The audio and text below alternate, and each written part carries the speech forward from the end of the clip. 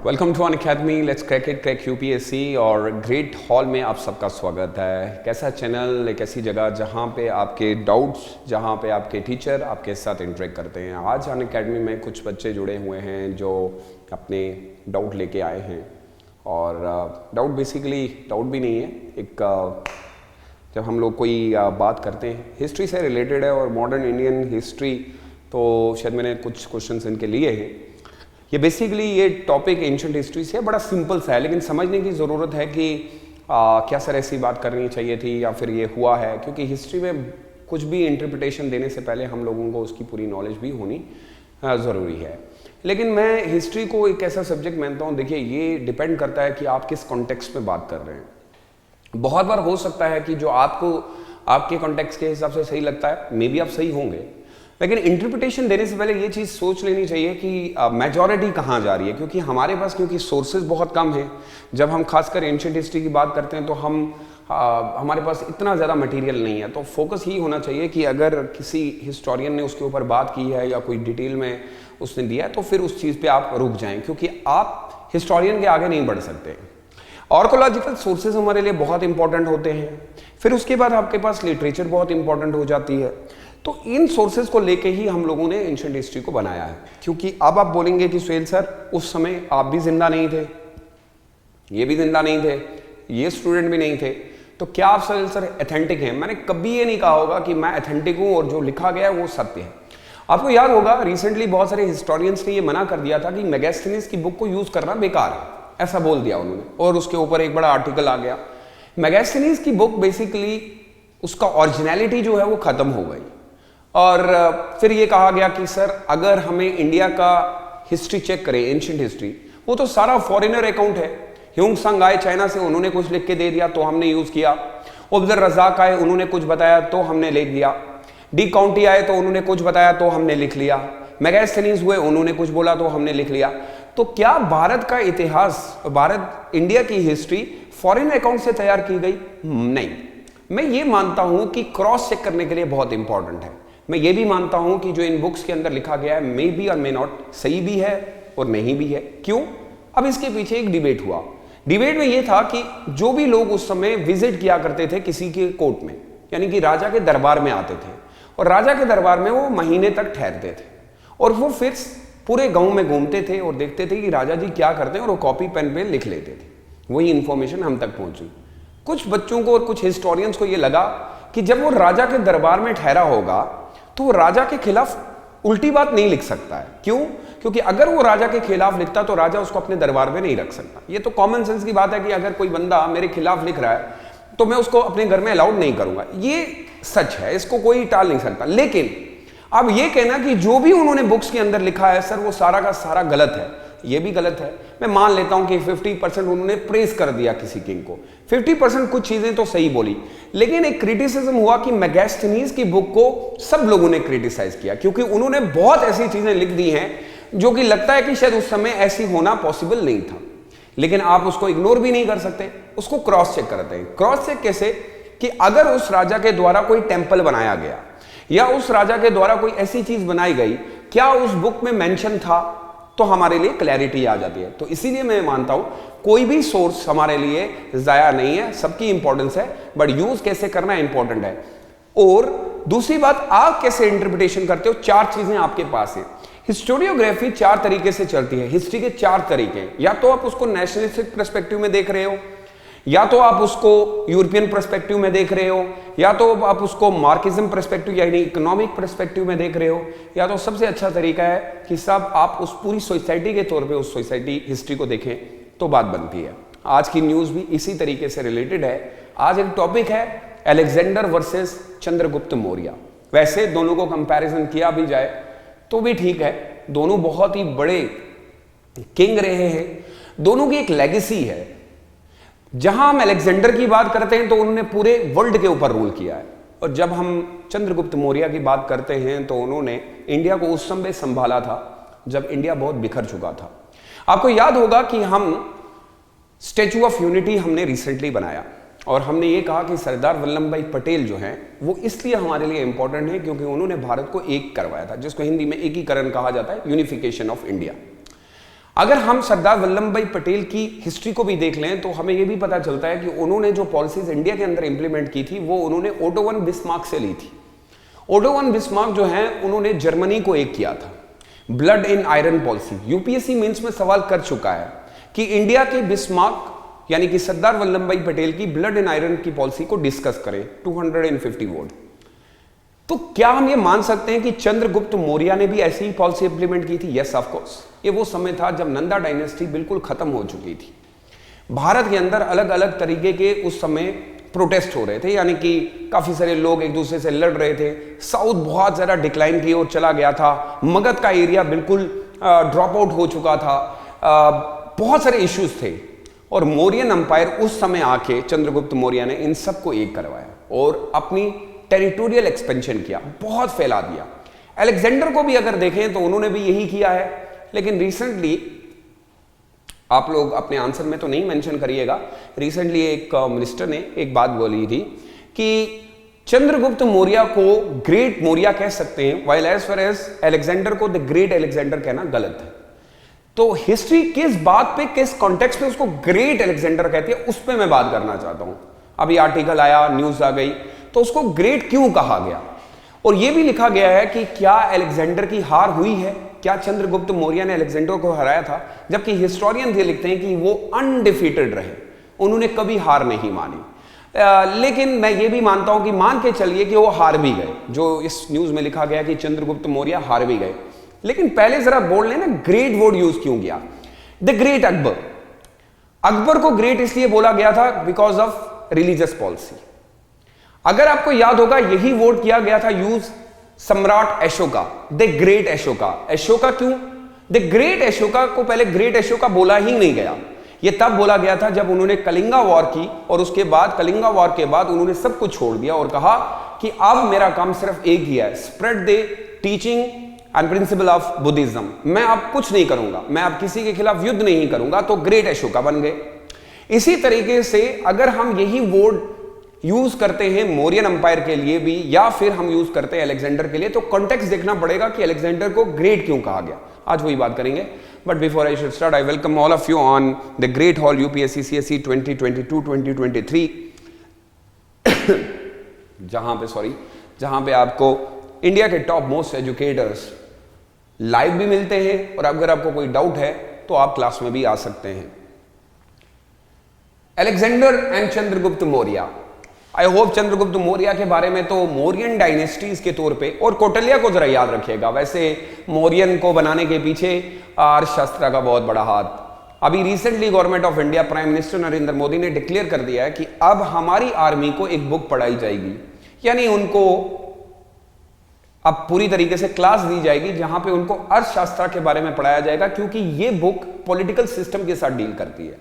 सवाल यूपीएससी की तरफ से आ चुका है कि consider the following statement that which statement is are correct regarding the Arthashastra. तो उसमें ये पूछा गया था कि ये बुक पॉलिटिकली और इकोनॉमिकली किन किन चीजों पे डील करती है। वैसे ये बुक पॉलिटिकली ठीक है, इकोनॉमिक के बारे में भी बताया गया है, लेकिन अगर आज के तौर पर यूज करें तो शायद बहुत सारी ऐसी चीजें हैं जो हम अपने पॉलिटिकल सिस्टम में यूज कर सकते हैं। अब यहाँ पे crack UPSC GS with India largest learning platform, अगर आप अनअकैडमी के साथ जुड़ते हैं तो आप आइकॉनिक या प्लस सब्सक्रिप्शन के साथ जुड़ेंगे तो you will get a personal guidance, test analysis, expert guidance, study material and study plan. Here you can use my code SWEL10 to get a 10% of instant discount. Apart from that, those who want to take a subscription for option, they have to pay only 24,750 rupees. याद रखिएगा कि 19 optional subject जो है Unacademy में start हुए हैं, तो आप इनमें से किसी का भी पार्ट बन सकते हैं। एंड आप हमें फॉलो कर सकते हैं the great hall UPSC CSE, जहाँ पे आने वाली क्लासेस की आपको लिंक मिलती रहेगी। और उम्मीद ये कर सकते हैं कि अभी और भी टीचर्स आपके साथ जुड़ेंगे जिसमें और जीएस के पार्ट भी लिए जाएंगे, अलेक्जेंडर एंड चंद्रगुप्त मौर्य। वैसे अगर क्योंकि मैं एज ए लर्नर अगर देखूं, अगर हिस्टोरियन का मैं अपने स्टूडेंट के पर्सपेक्टिव से देखूं, तो दोनों की लेगेसी अपनी अपनी जगह बराबर है। देखिए, हिस्ट्री को आप चेंज नहीं कर सकते, रीराइट नहीं हो सकती। दोनों ने बहुत अच्छा काम किया है। अब इनका अगर हम टेरिटोरियल एक्सपेंशन देखें तो विद इन इंडिया रहा।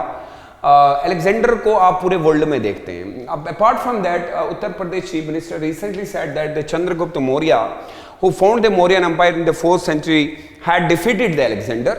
अब क्योंकि ऐसी चीजें जब आ जाती हैं तो हमारे लिए भी एक सवाल बन जाता है कि कहां पे ये लिखा है। तो उन्होंने ये कहा था कि उनको बिल्कुल डिफीट कर दिया गया था of Macedonia in battle, and yet it is later. ये हिस्टोरियंस हैं जो इनको ग्रेट कहते हैं, इनको ग्रेट नहीं बोला जा सकता। अब सवाल ये होता है कि बच्चा जैसे ये पढ़ता है तो बोलता है कि सर आपने तो क्लास में कहा था कि ये ग्रेट है, और आपने क्लास में ये डिस्कस ही नहीं किया कि सर उनकी 4th सेंचुरी में जो है डिफीट भी हुई। अब इसके ऊपर और ये हो गया कि सर ये कहा जा रहा है कि हिस्टोरियन ने अपनी इंटरप्रिटेशन दी है ग्रेट कह के, जबकि वो ग्रेट नहीं है। अब अगर हम देखें तो हम क्योंकि चीज को बैलेंस करना जानते हैं, मैंने आपको बहुत बार बोला है कि आप नेगेटिव आंसर नहीं दे सकते, आपको बहुत ही बैलेंस अप्रोच है, तो इसको भी बैलेंस करेंगे, दोनों सही आंसर देंगे, ये भी सही है वो भी सही है, जरा देखिए किस कॉन्टेक्स्ट में बात हो रही है। प्रॉब्लम सिर्फ ये है कि ग्रेट नहीं बोलना है, अलेक्जेंडर आप बोल सकते हैं लेकिन ग्रेट यूज नहीं हो सकता, और उल्टा करना है आपको कि ग्रेट आपको मोरियन को कहना है rather than अलेक्जेंडर को कहना है। तो इसको भी देख लेते हैं। पहला शब्द यहां पे क्लियर होगा, let's talk about the legacy of Alexander versus Chandragupta Maurya. Alexander का जन्म, यूपीएससी कभी भी आपसे ये नहीं पूछता है, लेकिन अब आपके लिए क्योंकि अब न्यूज में है तो अब थोड़ा सा अच्छा लगेगा आपको। 356 बीसी में हुआ, एंशिएंट ग्रीक, जहां से आप जानते हैं कि डेमोक्रेसी का जन्म भी यहीं से हुआ, और ग्रीक इंडिपेंडेंट होता है तो वहीं से सारी कहानी डेमोक्रेसी की चली थी। And he succeeded his father and king Philip उनके पिताजी का नाम था, और बड़ी छोटी उम्र में 20 साल की उम्र में आप एक किंग बन जाएं तो आप खुद समझ सकते हैं लेगेसी आपके पीछे भी है। He came to be called a great not because, अब यहां पे ये वर्ड इंपॉर्टेंट, बिकॉज उन बच्चों के लिए जिन्होंने बुक के अंदर पढ़ा, because of his ट्रेमेंडस military conquest, और अगर आपको ये याद रखना पड़ेगा तो सिंपल वर्ड, हिस्टोरियन ने कभी ये नहीं कहा, हिस्टोरियन का मानना यह है कि इस बंदे के अंदर जो सबसे बड़ा टैलेंट है वो है कि इसने मिलिट्री जो कॉन्क्वेस्ट किया है वो बहुत इंपॉर्टेंट है। अब आपको याद होगा मैं वही वर्ड जो यूज कर रहा था, ये वाला, ये पॉइंट आपके लिए बहुत इंपॉर्टेंट होगा। मे बी अगर आपने यूपीएससी के तौर पे ये पूछा भी गया तो फिर अशोका को भी तो ग्रेट कहते हैं, तो फिर अकबर को भी ग्रेट कहते हैं, तो तीनों को अलग अलग चीज के लिए कहते हैं।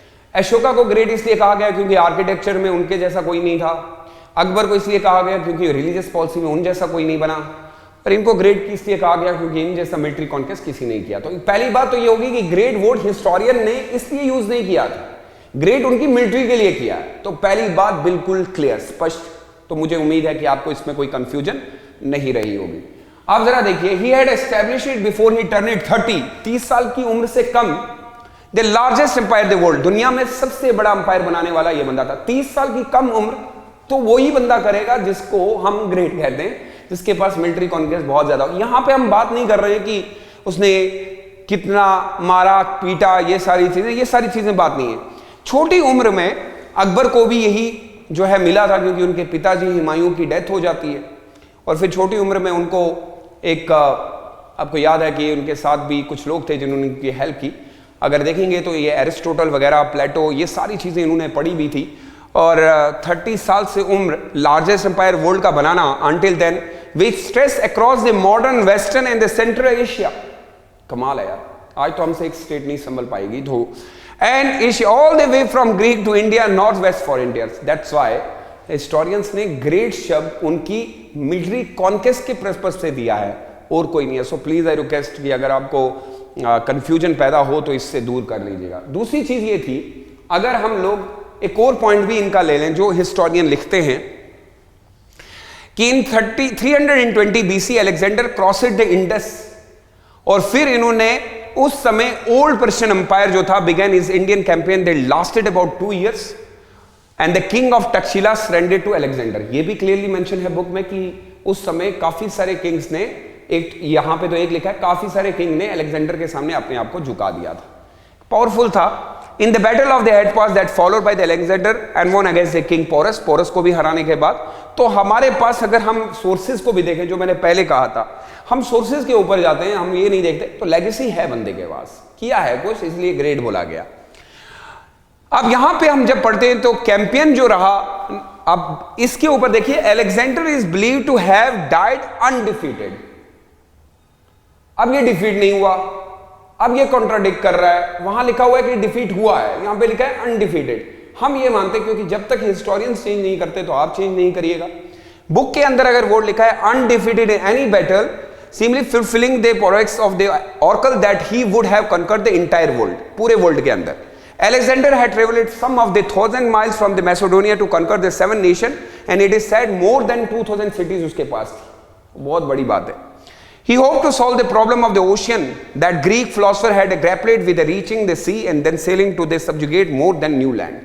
मतलब पूरी, आपको याद होगा जब हमारे यहाँ पे पुर्तगाल लोग आए थे तो उन्होंने एक पॉलिसी थी ब्लू वाटर पॉलिसी। उन्होंने कहा था कि अगर भारत को कंट्रोल करना है तो भारत के जितने भी सी हैं वो भी कंट्रोल कर लो, तो सिंपली भारत आपका गुलाम बन जाएगा। सेम इसका भी यही था, ये सारी चीजें नई नई फाइंड आउट करना। और आगे से एक और चीज कहता है कि अगर हम चंद्रगुप्त मौर्य को भी इनके साथ जोड़ लें तो कैसा दिखता है Chandragupta. He was the architect of the empire that controlled the plain both of the Indus and the Ganga, दोनों एरिया को। लेकिन सबसे अच्छी चीज, and which stretched until the eastern and western को, पाटलिपुत्रा इन्होंने अपना जो है कैपिटल रखा। ये अक्सर यूपीएससी पूछता है। It's imperial centre. Mauryan empire the first time unified most of the south east, ये मैंने पहले बताया था। इनके समय में इंडिया एक हो गया था। हालत बहुत बुरी थी। धनंदा का आपको पता है कि बहुत टैक्सेस लगा दिए थे, लोग तंग आ चुके थे। और फिर कौटिल्य इनके साथ मिलके इनके साथ एक बहुत ही अच्छा एम्पायर क्रिएट किया था। Chandragupta led the foundation of extensive efficient system of centralised administration. Tax collection बहुत कम कर दिया था और फिर एम्पायर बना दिया। And trade and agriculture way reform, regulate with the building of infrastructure, बहुत ज्यादा। फिर क्योंकि लास्ट पे आपको याद होगा कि चंद्रगुप्त मौर्य ने सब कुछ छोड़ दिया था और फिर वो जैनिज्म की ओर चले गए थे और उन्होंने अपना सारा सिस्टम वगैरह अपने बच्चे के हाथ में देके चले गए थे। लेकिन तब से पहले अगर आप देखेंगे तो इनके द्वारा हर एक चीज पे काम किया गया है और नंदा डायनेस्टी से कहीं ज्यादा अच्छी चीजें इन्होंने हमें बना के दी। लेगेसी के तौर पे यही देखेंगे कि Chandragupta overthrew the unpopular last king of the Nanda dynasty called Dhanananda and occupied his capital Pataliputra. और उसके बाद जितनी डेवलपमेंट उनसे हो सकती थी और फिर अशोका आके इसको पूरा करेंगे। गाइडेड, किसने गाइड किया था? तो आज आप भी कहते हैं कि कौटिल्य ने गाइड किया था। ग्रेट थे वो, और ये भी अपने मिलिट्री पावर के लिए जाने जाते हैं। अलेक्जेंडर भी अपने मिलिट्री पावर के लिए जाने जाते हैं, तो दोनों कहीं ना कहीं एक ही हैं। Chandragupta went about fulfilling his imperial ambitions. Once he had established the mastery over the plan of the Ganga, he moved north west to occupy the power vacuum left by the retreat of the Alexander army. Book के अंदर ये लिखा गया left by, छोड़ के चले गए थे उस जगह को, फिर चंद्रगुप्त मौर्य ने अपने अंडर कर लिया। तो अच्छी बात है ना। तो हिस्टोरियन का मानते हैं अभी, जब कोई चीज़ क्लियर हो जाएगी कि हाँ कहीं पे बैटल में इस तरीके से हुआ। थैंक यू सो मच, बहुत ज़्यादा अच्छा लगता है, वो भी तब जब आप अनअकैडमी के साथ जुड़े हों। थैंक यू सो मच मेरे साथ जुड़ने के लिए। ये पॉइंट इसलिए मैंने आपको बताया कि अगर कभी न्यूज़ में ऐसी चीज़ें आ जाती हैं कि सर बुक में आपने कल ही ये बताया, आज बुक के अंदर ये आ गया, बेटा डरने की ज़रूरत नहीं है।